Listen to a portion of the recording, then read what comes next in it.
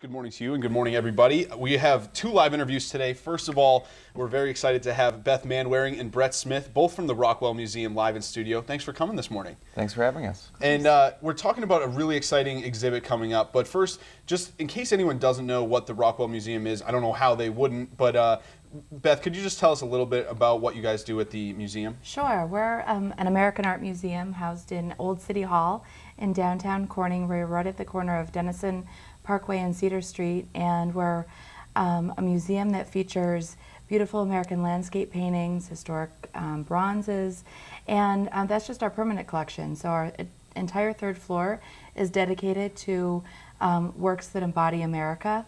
And then we have a space dedicated to rotating exhibitions, which we'll talk to you a little bit about today. Yeah, and one of those that we're here to talk about predominantly is this exhibit featuring the work of Pete McBride on the Colorado River Basin.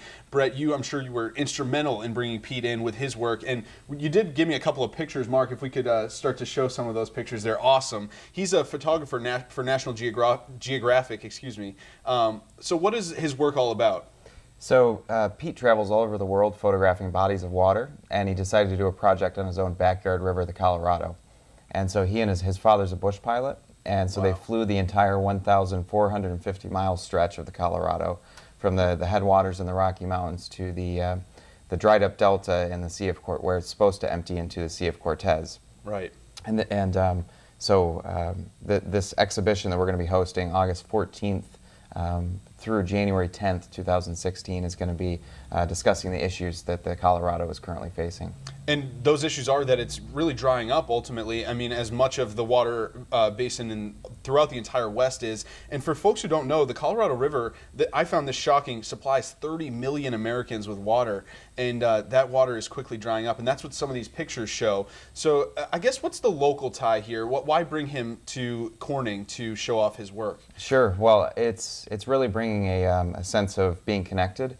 And so these are issues of the West, but ultimately they're issues of America. Yeah. And we have the same stories here, so we're taking this national topic, we're bringing it to the local area, and we're excited to host Pete McBride in Corning on August 27th. That's awesome. And what's he going to be? He'll be obviously talking about his work, but the exhibit opens 2 weeks before that on August 14th. Correct. But you're obviously looking forward to Pete himself coming to explain that work. What do you think he'll be talking about? So he's going to talk about his ongoing documentation of the river. He's been spending several years now documenting the river, and he's also an award-winning videographer.